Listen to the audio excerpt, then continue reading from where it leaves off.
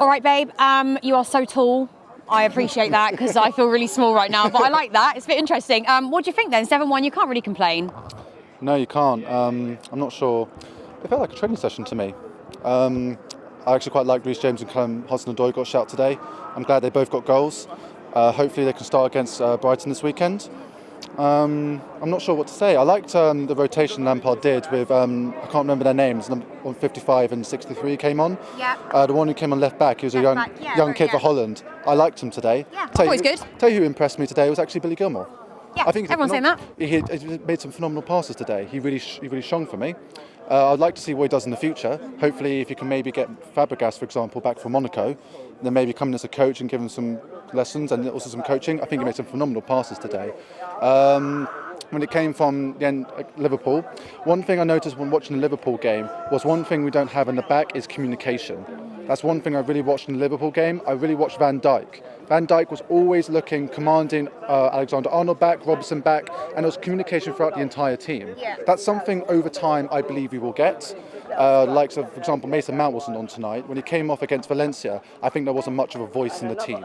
When Mount came on against Liverpool, I think there was more of a voice. So over time there will be a voice. Yeah.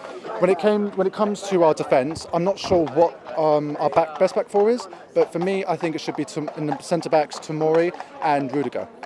Tomori played phenomenal against. When Rudiger's back, yeah, of course, yes, 100%. Yeah, exactly. I think Tomori was phenomenal against Liverpool. When Alonso wasn't out with Salah, Tomori really stepped in and kept Salah quiet the entire game. I think him in particular could potentially be in the future a leader or even take the armband. Yeah. Brilliant. Well, yeah. Obviously, Frank has major faith in the youth, and I've called for this for years, and I'm so happy. I think it's going to save us a load of time, load of money, and eventually we're going to get a lot of trophies out of it. I also believe this with the transfer ban, it's actually one of the things that's going to save Lampard his job. Because there's one thing with Sarri which really upsetted me. I didn't understand how he got such a bollocking. When he came in, he only had 2 weeks before the summer transfer window ended, and that's the team he had. And admittedly he kept the same formation, same team, which was a bit iffy.